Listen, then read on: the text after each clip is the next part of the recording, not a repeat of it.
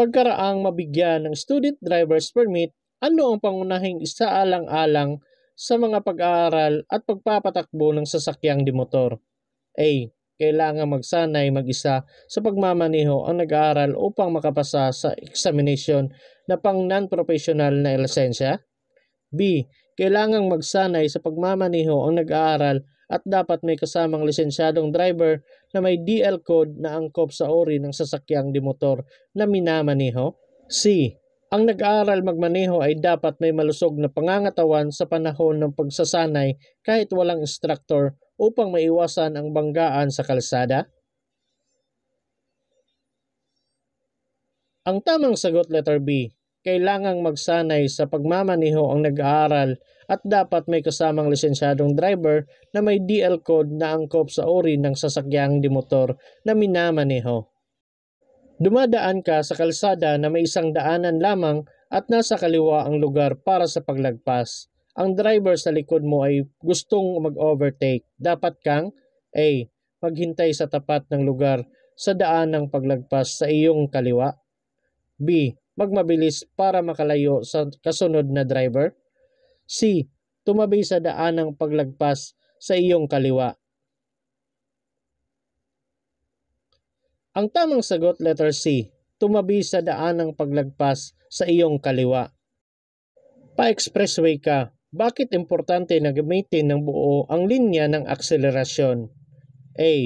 Para pwede kang bumalik. B. Para mapabilis ang bilis katulad ng trapiko sa expressway. C. Dahil mayroong espasyo para sa pagliko kung kinakailangan. Ang tamang sagot letter B. Para mapabilis ang bilis katulad ng trapiko sa expressway. Ang student driver ay hindi pinapayagang A. Magmaneho ng walang student driver's permit.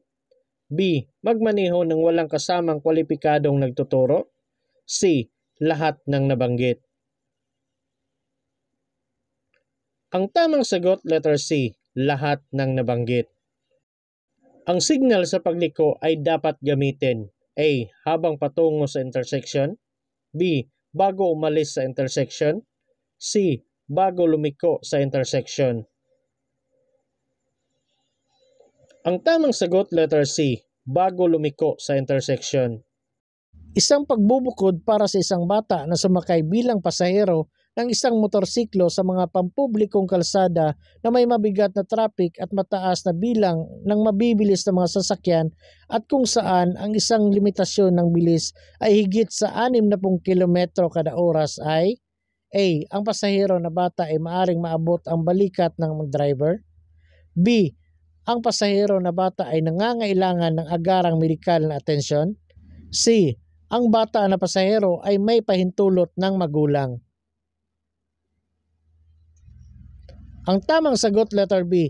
Ang pasahero na bata ay nangangailangan ng agarang medikal na atensyon. Bakit hindi ligtas na sumakay sa tabi ng kotse? A. Dahil sa blind spot. B. Ang paa ng driver ay maaring magpanik. C. Baka madulas ka kapag biglang nagpreno ang sasakyan. Ang tamang sagot letter C. Baka madulas ka kapag biglang nagpreno ang sasakyan.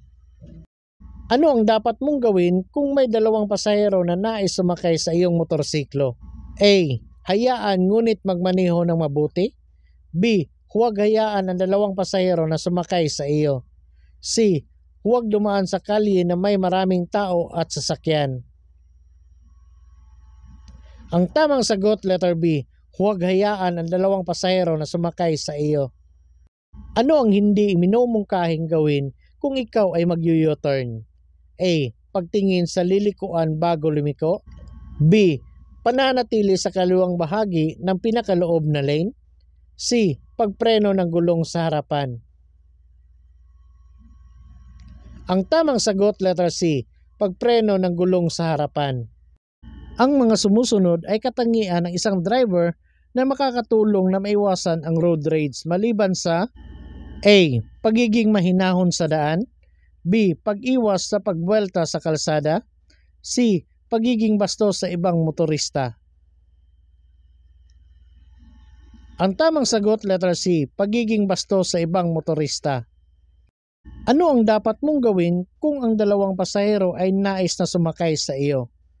A. Magpatuloy ngunit magmaneho ng mabuti. B. Huwag hayaang umangkas ang dalawang pasahero sa iyo. C. Huwag maglakad sa mga abalang kalye. Ang tamang sagot, letter B, huwag hayaang umangkas ang dalawang pasahero sa iyo. May kotse sa unahan mo at gusto mong mag-overtake pero hindi ka sigurado kung ligtas ito. Dapat kang A. Huwag mag-overtake kung may pagdududa. B. Sumunod sa iba na nag-overtake na sasakyan. C. Magmabilis subalit pailawin ang ilaw sa paparating na trapiko. Ang tamang sagot, letter A, huwag mag-overtake kung may pagdududa. Ano ang ibig sabihin ng pavement marking na ito? A. Bawal mag-overtake. B. Bawal huminto. C. Gilid ng kalsada. Ang tamang sagot, letter C, gilid ng kalsada. Maari mo bang gamitin ang iyong telepono habang nagmamaneho ng motorsiklo? A. Oo, para tawagan ang mga pasahero. B. Hindi. Ito ay pinagbabawal ng batas. C. Depende sa kalye. Ang paggamit nito sa pangunahing daan ay illegal. Ang tamang sagot, letter B, hindi. Ito ay pinagbabawal ng batas. Alin sa mga sumusunod ang nakalarawan? A. Bawal pumasok ang kotse. B. Bawal pumasok ang bus. C. Bawal pumasok ang may kabit na trailer. Ang tamang sagot, letter C, bawal pumasok ang may kabit na trailer. May isang puti na linya sa kanang bahagi ng kalsada ang tumabilis papunta sa iyong kaliwa. Ito ay nagpapakita na A. May nagdudugtong na intersection sa unahan. B. Ang kalsada ay magiging makitid. C. Ikaw ay paparating sa construction area. Ang tamang sagot, letter B, ang kalsada ay magiging makitid. Alin sa mga sumusunod ang nakalarawan? A. School zone. B. Lugar tawiran. C. Palaruan. Ang tamang sagot, letter B, lugar tawiran. Alin sa mga sumusunod ang nakalarawan? A. Bawal pumasok ang jeepney. B. Bawal pumasok ang bus. C. Bawal pumasok ang kotse. Ang tamang sagot, letter A, bawal pumasok ang jeepney. Maliban sa brake rotors, brake pads, at brake pipes, ano pa ang isang mahalagang parte ng brake system? A. Brake lining. B. Brake shoe. C. Brake caliper. Ang tamang sagot, letter C, brake caliper. Ano ang pangunahing gamit ng bahaging ito ng motorsiklo na pinapaikot ng rider gamit ang kanang kamay? A. Para magpreno sa likuran. B. Para magpalit ng kambyo. C. Para ibaba o itaas ang RPM ng makina. Ang tamang sagot, letter C, para ibaba o itaas ang RPM ng makina. Ano ang ibig sabihin ng baliktad na tatsulok na may pulang border? A. Huminto at magpatuloy. B. Magdahan-dahan. C. Magbigay ng karapatan sa daan. Ang tamang sagot, letter C, magbigay ng karapatan sa daan. Ano ang nilabag ng rider na ito? A. Smoke belching. B. Pillion riding low. C. Excess passenger. Ang tamang sagot, letter C, excess passenger. Ano ang ibig sabihin ng ilaw trapiko na ito? A. Humanda sa paghinto. B. Huminto kapag nagpalit ng pula. C. Huminto kung kinakailangan. Ang tamang sagot, letter A, humanda sa paghinto. Ano ang dapat suriin ng driver ng motorsiklo? A. Saddlebag. top box, oil ng makina, transmission fluid, pedal ng preno, speedometer. B. Reserbang gulong, brake pads at shoes, silinyador. C. Ang kabuuang kondisyon ng sasakyan bago bumiyahe. Ang tamang sagot, letter C. Ang kabuuang kondisyon ng sasakyan bago bumiyahe. Aling larawan ang nagpapakita ng obstruksyon ng paglabag? A, B, or C? Ang tamang sagot, letter C. Ano ang dapat na sukat ng pinasadyang registered box o carrier ng motorsiklo? A. 2 feet by 2 feet by 2 feet. B. 2.5 feet by 2.5 feet by 2.5 feet. C. 3 feet by 3 feet by 3 feet. Ang tamang sagot, letter A. 2 feet by 2 feet by 2 feet. Alin sa mga sumusunod ang pinagbabawal? A.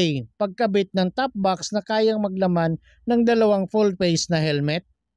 B. Pagkabit ng top box na kayang maglaman ng tatlong helmet na full face. C. Pagkabit ng top box na kayang maglaman ng isang helmet na full face. Ang tamang sagot, letter B. Pagkabit ng top box na kayang maglaman ng tatlong helmet na full face. Ayon sa Republic Act 10666, ano ang pinakamataas na parusa sa pagmamaneho ng motorsiklo na may nakasakay na bata? A. Direktang pagtanggal ng lisensya sa pagmamaneho. B. Multa at 3 buwan na pagsuspende ng lisensya sa pagmamaneho. C. Multa at 6 na buwan na pagsuspende ng lisensya sa pagmamaneho. Ang tamang sagot, letter A. Direktang pagtanggal ng lisensya sa pagmamaneho. Ano ang dapat na kulay ng headlamp o headlight ng motorsiklo? A. Pula o dilaw. B. Dilaw o asol. C. Puti na medyo dilaw o dilaw. Ang tamang sagot, letter C. Puti na medyo dilaw o dilaw. Ayon sa Republic Act 11235, kinakailangan ng driver na maglagay sa kanilang motorsiklo ng A. 2 plaka, isa sa harap at isa sa likod. B. 1 plaka sa likod. C. 3 plaka, isa sa harap, isa sa likod at isa sa gilid. Ang tamang sagot, letter A. 2 plaka, isa sa harap at isa sa likod. Ang 2 o higit pang motorsiklo na kasamang magbiyahe ay dapat magmaneho A. Sa sariling landas. B. Sa isang linya. C. Sa isang staggered formation. Ang tamang sagot, letter C. Sa isang staggered formation. Ang palatandaan na ito ay indikasyon na A. Ikaw ay papasok sa intersection. B. Paparating sa monumento ni Bonifacio. C. Ikaw ay paparating sa rotonda o roundabout. Ang tamang sagot, letter C. Ikaw ay paparating sa rotonda. Alin sa mga sumusunod ang nakalarawan? A. May tawiran ng tren sa unahan. B. May ilaw trapiko sa unahan. C. May stop na palatandaan sa loob ng 150 metro sa unahan. Ang tamang sagot, letter B. May ilaw trapiko sa unahan. Ang mga puting linya sa daan ay A. Naghahati sa lanes na tumatakbo sa isang direksyon. B. Naghihiwalay sa trapiko na tumatakbo sa isang direksyon. C. Palatandaan na maaring lumusot ng pakanan o pakaliwa. Ang tamang sagot, letter B. Naghihiwalay sa trapiko na tumatakbo sa isang direksyon. Ikaw ay nasa no passing zone kapag ang gitna ng kalsada ay may marka na A. Dilaw na linyang putol-putol. B. Puti na linyang putol-putol. C. 2 dilaw na linya. Ang tamang sagot, letter C. dalawang dilaw na linya. Ang palatandaan na ito ay indikasyon na A. Manatili sa pinakakanang bahagi ng kalsada. B. Palapad ang kalsada sa unahan. C. Papalupot ang kalsada sa unahan. Ang tamang sagot, letter A. Manatili sa pinakakanang bahagi ng kalsada. Habang nagmamaneho ng pataas, ano ang kailangan mong gawin kung sira ang iyong clutch cable at hiwa sa dalawa? A. Maingat parada ang tricycle pagkatapos tumawag at maghintay para sa isang kwalipikadong mekaniko. B. Paandarin ang makina at magmaneho pababa. C. Paandarin ang makina sa neutral pagkatapos ay mabilis na lumipat sa first gear at magmaneho ng pataas. Ang tamang sagot, letter B. Paandarin ang makina at magmaneho pababa. Ano ang dapat mong gawin upang maiwasan ang biglaang panginginig ng boses o walang pigil na pag-idle? A. Lumipat sa mababang gear ng mabilis. B. Bawasan ang bilis pagkatapos lumipat sa mababang gear. C. Lumipat sa mababang gear pagkatapos bumaba. Ang tamang sagot, letter B. Bawasan ang bilis pagkatapos lumipat sa mababang gear. Ano ang dapat na haba ng saddlebag ng motorsiklo? A. Hindi ito dapat lumampas sa upuan ng pasahero ng motorsiklo. B. Hindi ito dapat lumampas sa dulo ng motorsiklo. C. Hindi ito dapat lumampas sa likurang gulong ng motorsiklo. Ang tamang sagot, letter B. Hindi ito dapat lumampas sa dulo ng motorsiklo. Anong kasuotan ang pinapayagang gamitin kung ikaw ay sasakay sa motorsiklo upang maiwasan ang banggaan lalo na kung gabi? A. Protective clothing. B. Coverall. C. Matingkad na kasuotan. Ang tamang sagot, letter C. Matingkad na kasuotan. Alin sa mga sumusunod ang nakalarawan? A. Bawal dumaan ang tren. B. Daang tren. C. Babala ng sangang daan. Ang tamang sagot, letter B. Daang tren. Bilang isang driver, alin sa mga sumusunod ang hindi mo dapat gawin? A. Magmaneho bago makaupo ang mga pasahero. B. Magsignal kung kinakailangan kapag bumabatak. C. Bigyan ng oras ang mga pasahero at ipakita ang pagsaalang-alang. Ang tamang sagot, letter A. Magmaneho bago makaupo ang mga pasahero. Ano ang dapat na suriin ng mabuti ng sumasakay sa motorsiklo? A. Saddlebag. B. Ekstrang gulong. C. Kondisyon ng motorsiklo. Ang tamang sagot, letter C. Kondisyon ng motorsiklo. Ayon sa Republic Act 10054, ano-ano ang may tuturing na standard protective helmet pang motorsiklo? A. Ang angkop na helmet na aprobado ng LTO at LTFRB. B. Mga helmet na sumusunod sa mga itinakdang kwalifikasyon ng DTI. C. Mga helmet na binibigay at ibinebenta ng mga otorisadong nagbebenta ng motorsiklo. Ang tamang sagot, letter B. Mga helmet na sumusunod sa mga itinakdang kwalifikasyon ng DTI. Ilang auxiliary light kagaya ng LED ang maaaring ikabit sa motorsiklo? A. 4. B. 3. C. 2. Ang tamang sagot, letter C. 2.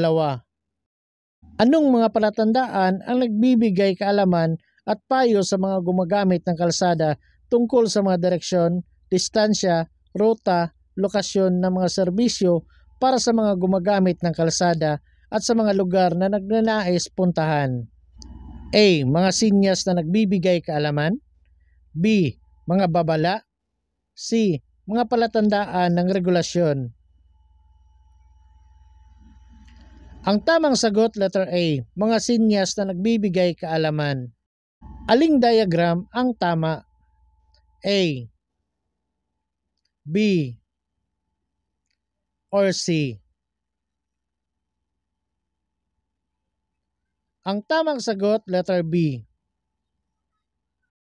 Alin sa mga sumusunod ang dapat nasa mabuting kondisyon kapag nagmamaneho? A. Velocimetro. B.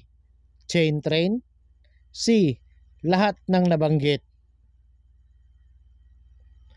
Ang tamang sagot, letter C. Lahat ng nabanggit.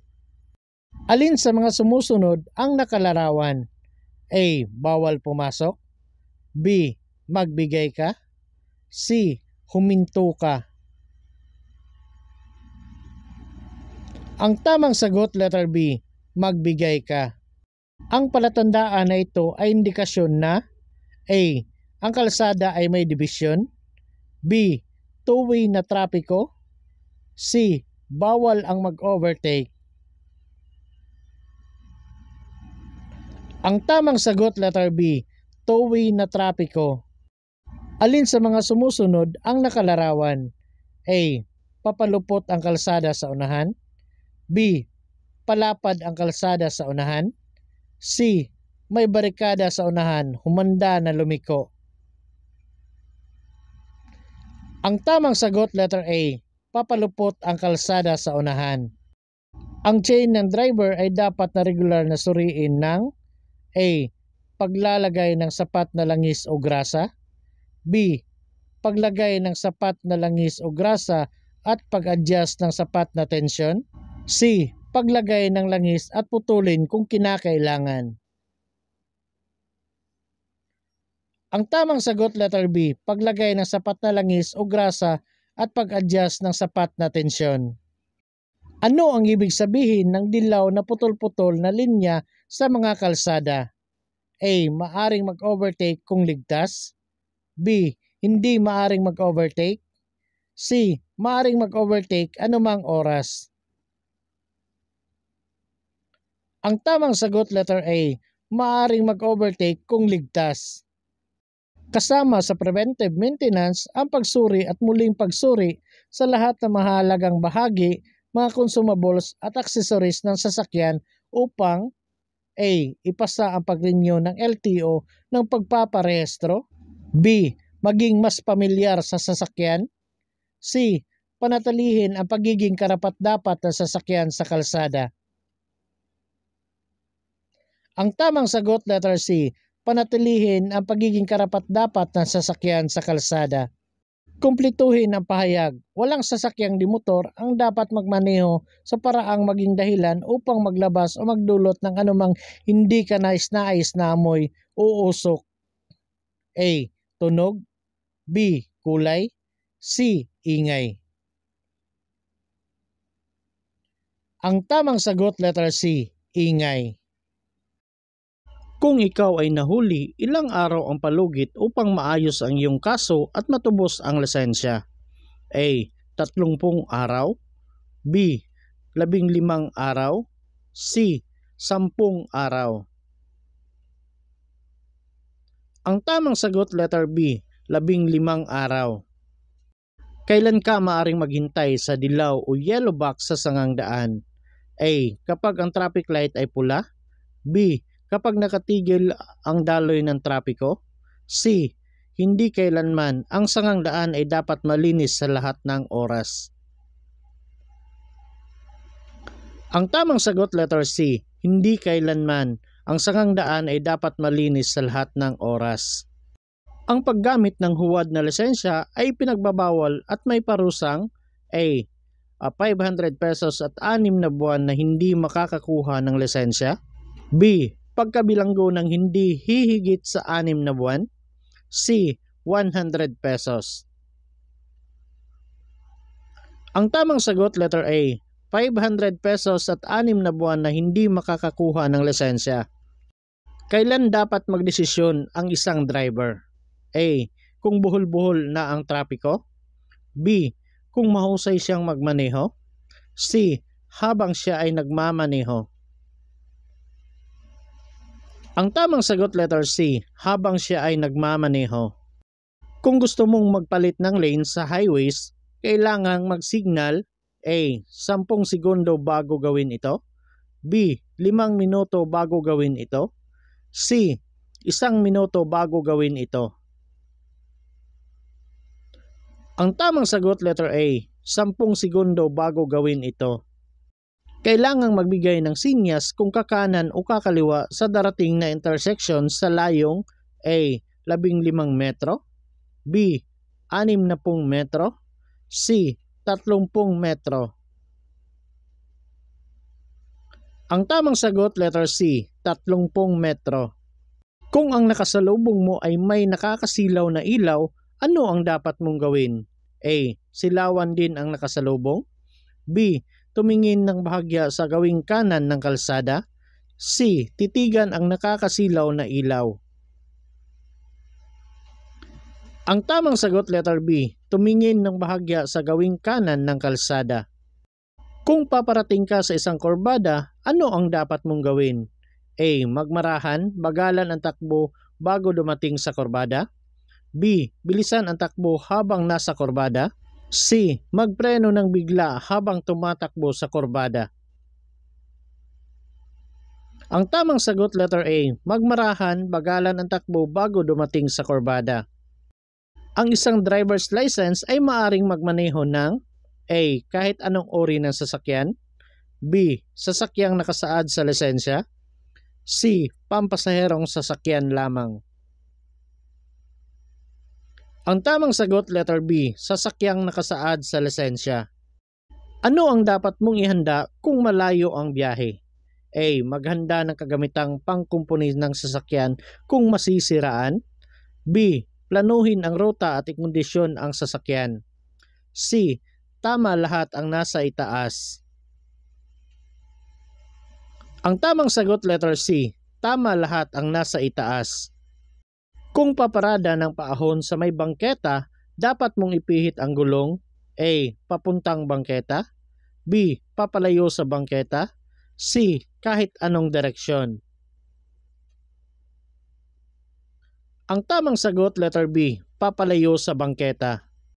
Ano ang dapat gawin bago lumiko sa kanan o kaliwa? A. Biglang lumiko at bumusina. B. Magbigay ng hudyat o senyas na hindi kukulangin sa 30 metro. C. Ipagwalang bahala ang hudyat. Ang tamang sagot letter B, magbigay ng hudyat o sinyas na hindi kukulangin sa 30 metro. Sa paglipat-lipat ng linya, dapat suminyas, tingnan ang rear view mirror at A. Tingnan kung may paparating na sasakyan.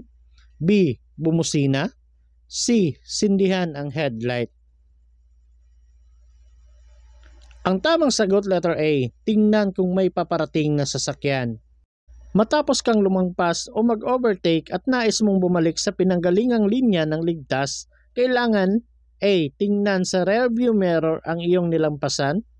B. Lumingon sa iyong nilampasan. C. Huminto. Ang tamang sagot letter A, tingnan sa rearview mirror ang iyong nilagpasan.